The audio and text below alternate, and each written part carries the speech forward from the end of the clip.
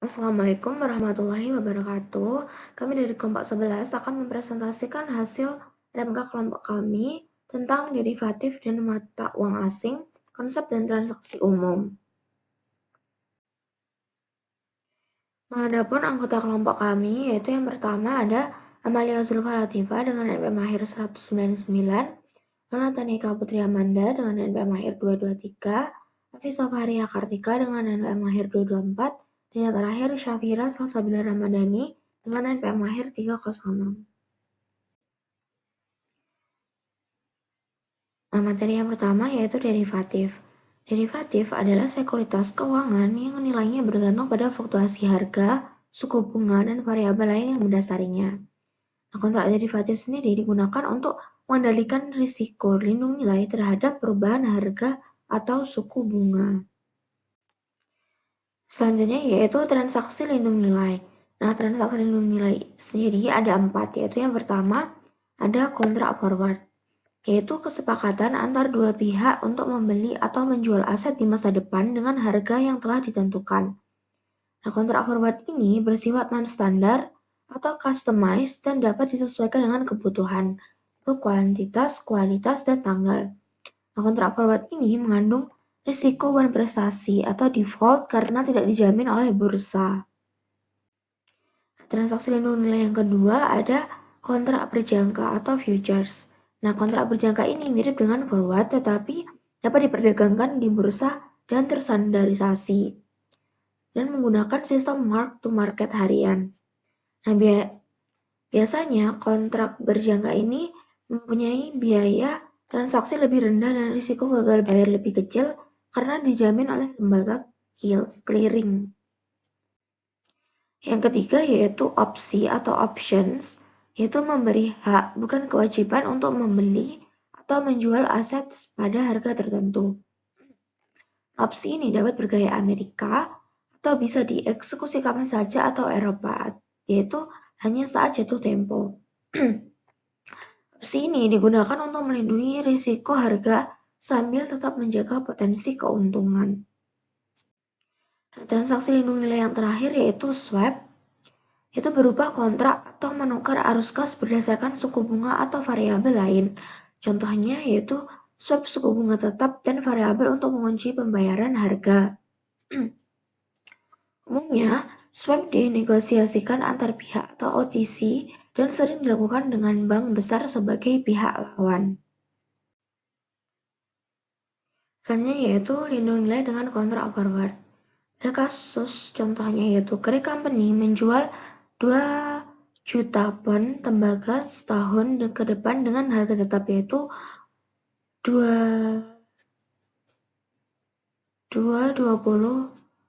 per pon dengan tujuan menghindari risiko fluktuasi harga tembaga.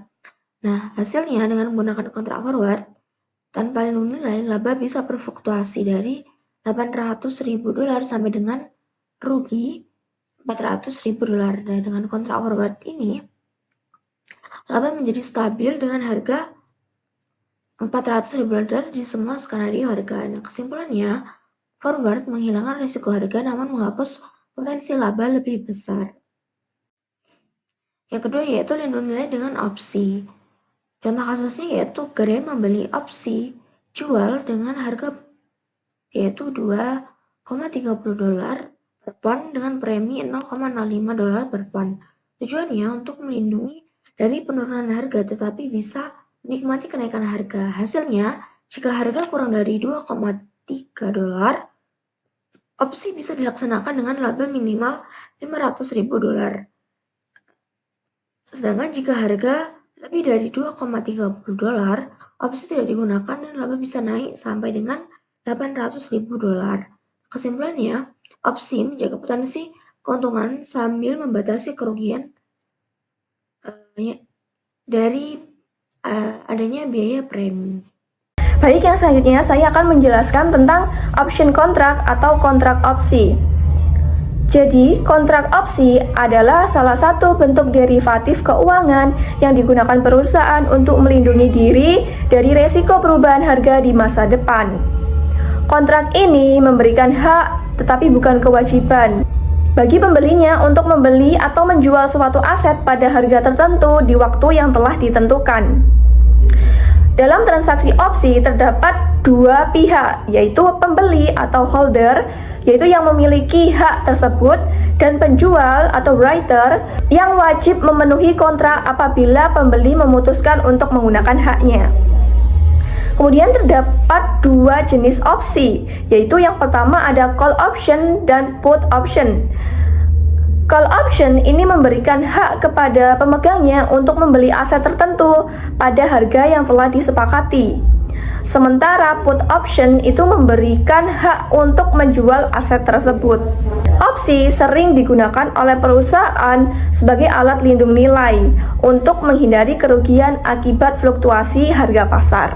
Yang selanjutnya ada perbedaan antara American and European option.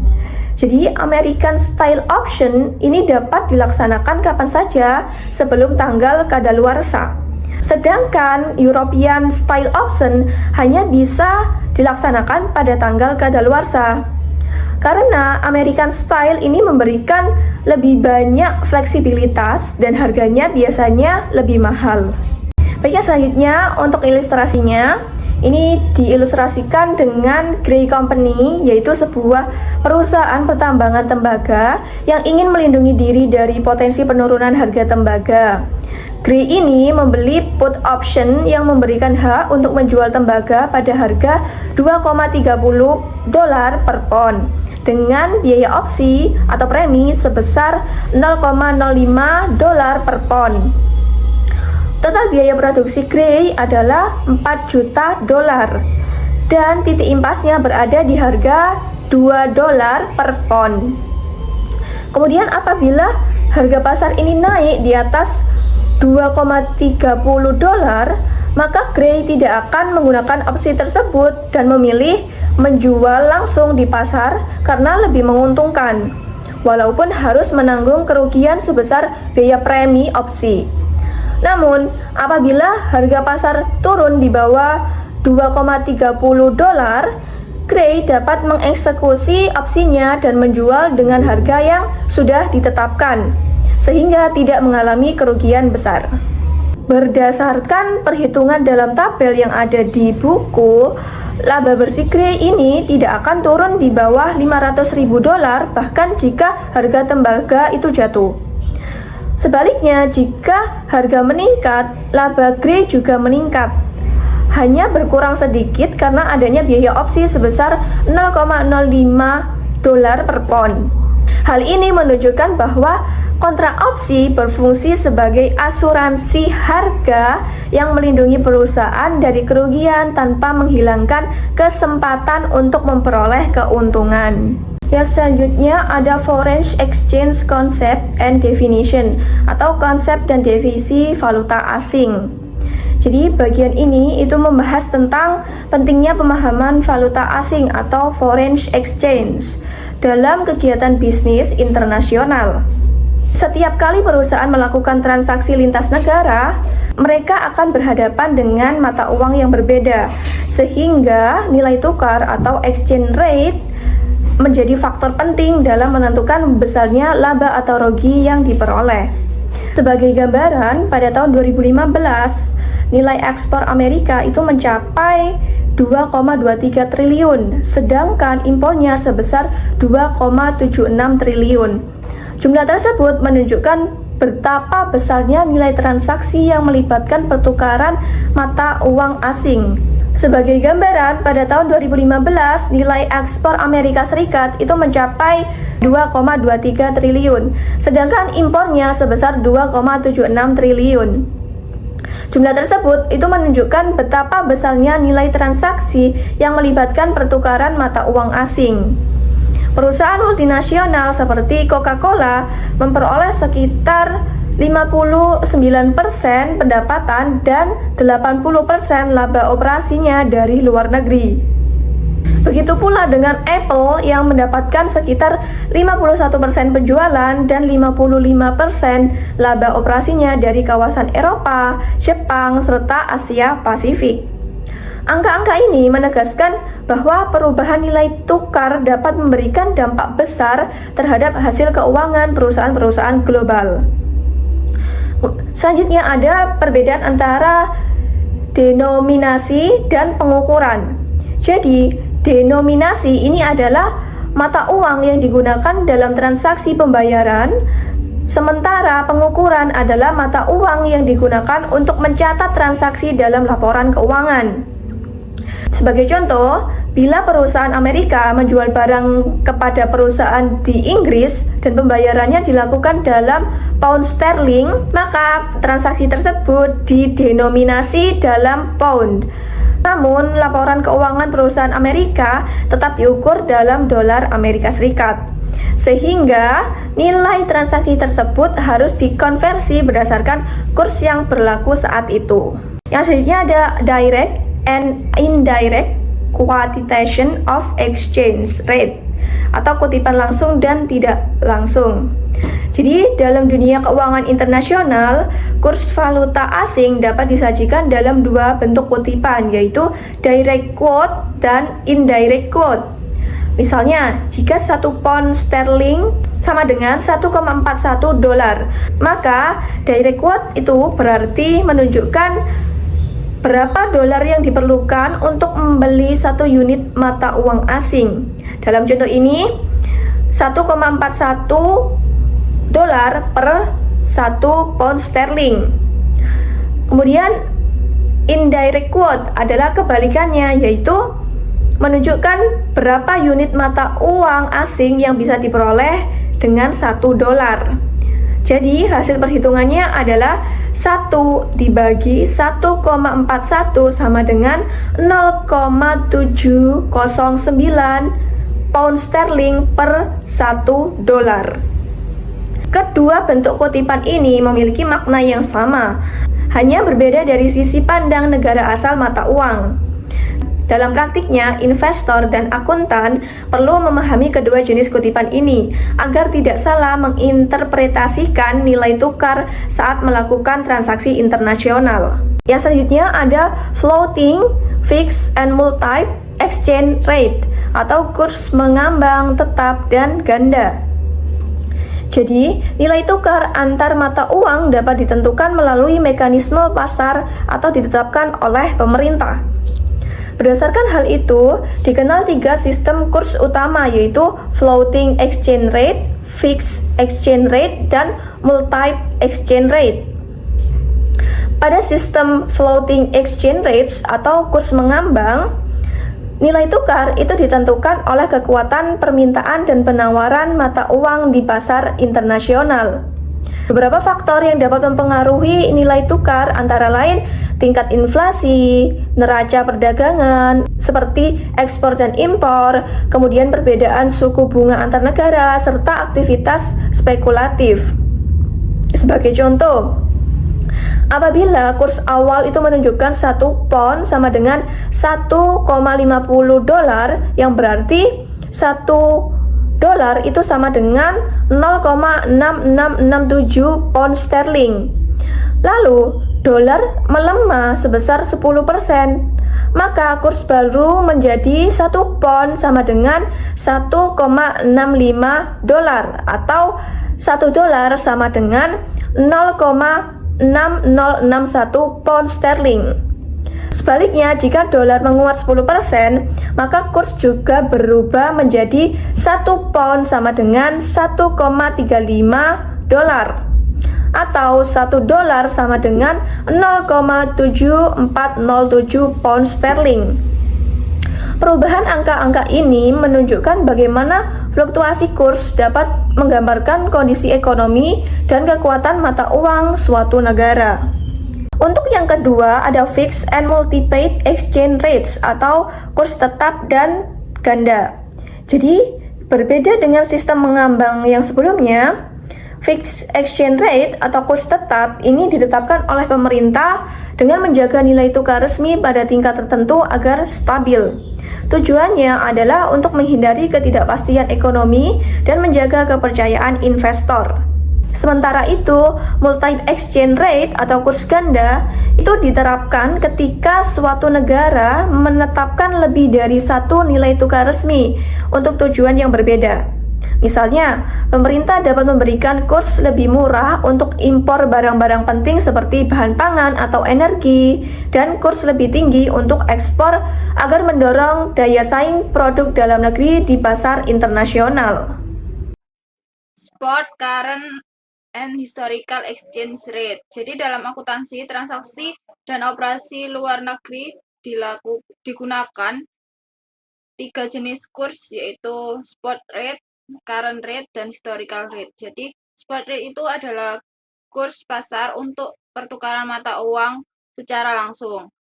Kemudian current rate itu kurs yang berlaku saat tanggal neraca atau tanggal transaksi. Dan terakhir ada historical rate atau kurs yang berlaku saat transaksi atau peristiwa tertentu terjadi.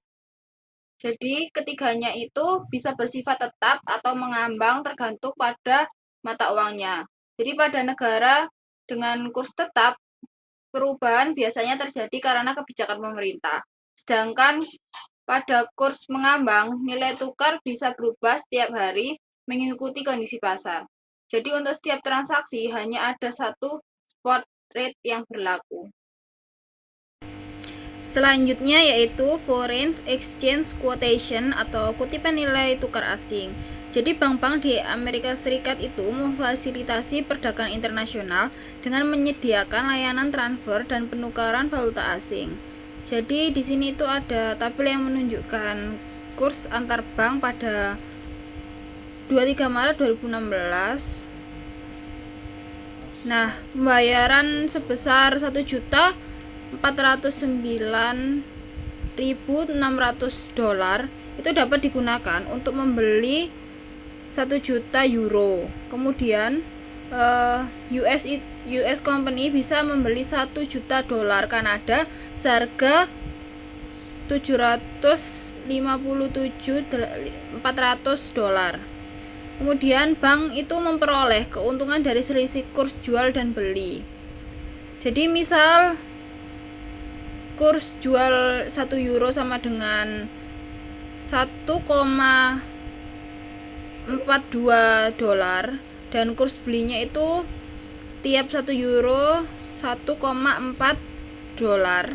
Jadi bank itu mendapatkan selisih 0,02 dolar per pounds. Jadi membeli 1 juta pound sterling itu seharga 1.400.000 dolar dan menjualnya itu seharga 1.420.000 dolar. Jadi memberikan bank laba yaitu sebesar 10.000 dolar. Kemudian ada transaksi mata uang asing selain kontrak berjangka atau forward contract. Jadi transaksi dalam suatu negara yang diukur dan dicatat dalam mata uang negara tersebut adalah transaksi lokal.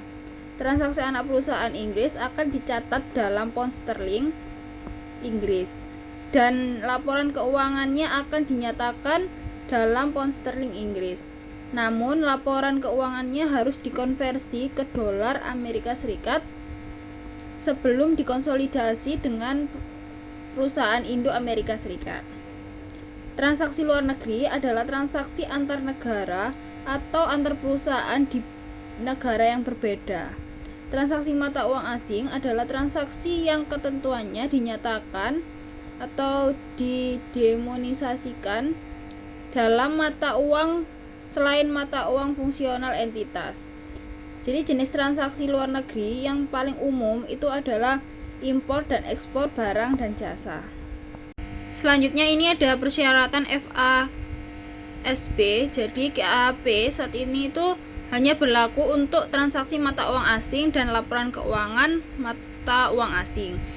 GAAP menerapkan persyaratan untuk transaksi mata uang asing selain derivatif itu. Yang pertama, pada tanggal transaksi diakui, setiap aset, liabilitas, pendapatan, beban, keuntungan, atau kerugian yang timbul dari transaksi harus diukur dan dicatat dalam mata uang fungsional entitas pencatatan dengan menggunakan nilai tukar yang berlaku pada tanggal tersebut.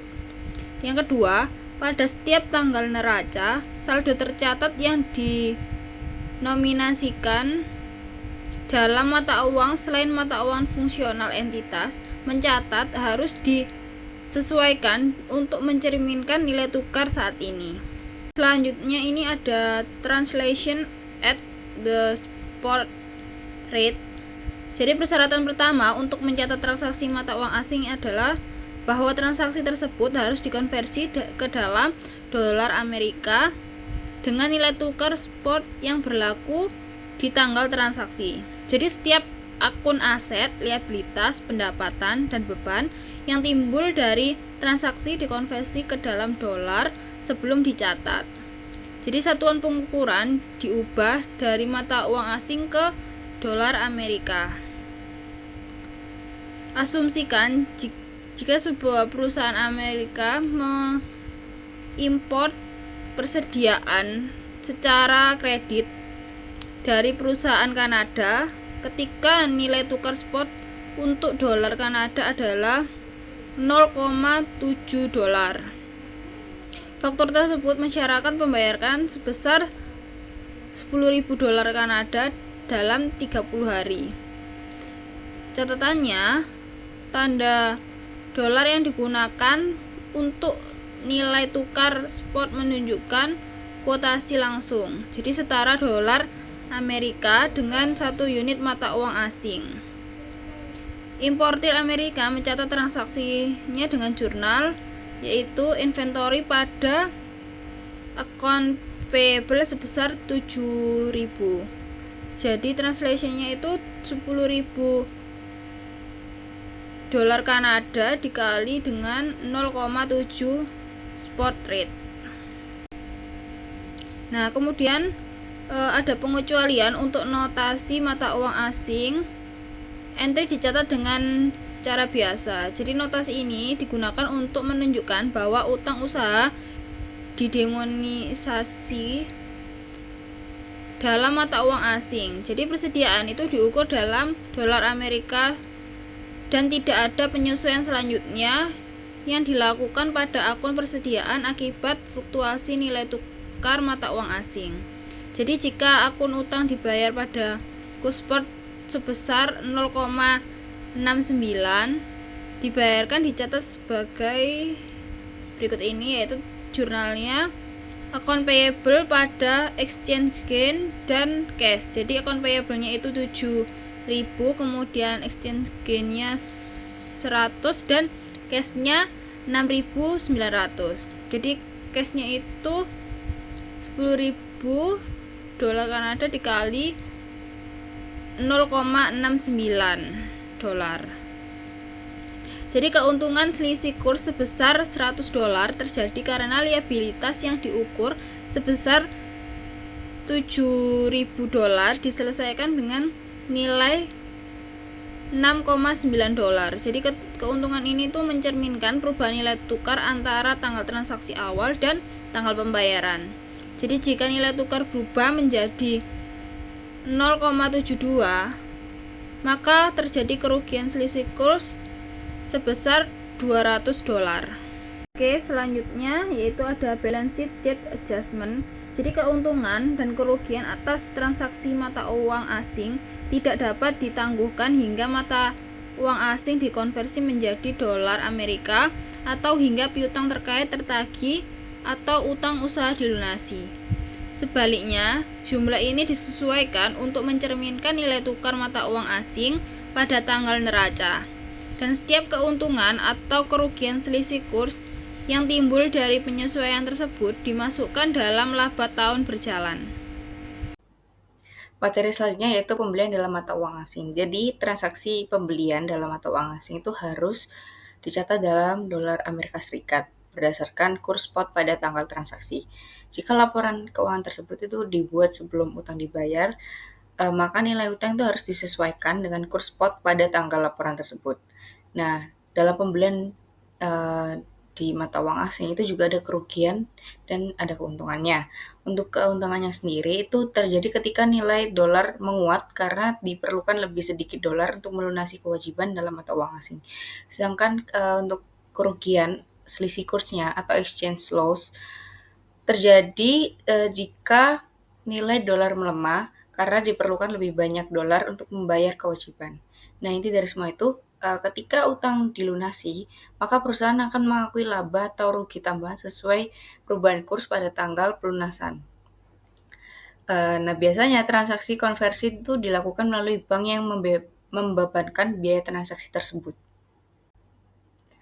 Berikutnya yaitu penjualan dalam mata uang asing. Nah, untuk pengertiannya juga tidak jauh beda dengan pembelian dalam mata uang asing. Cuma dia itu penjualan dalam mata uang asing akan dicatat juga dalam dolar Amerika Serikat. Nah, di penjualan dalam mata uang asing juga ada keuntungan dan kerugian selisih kurs.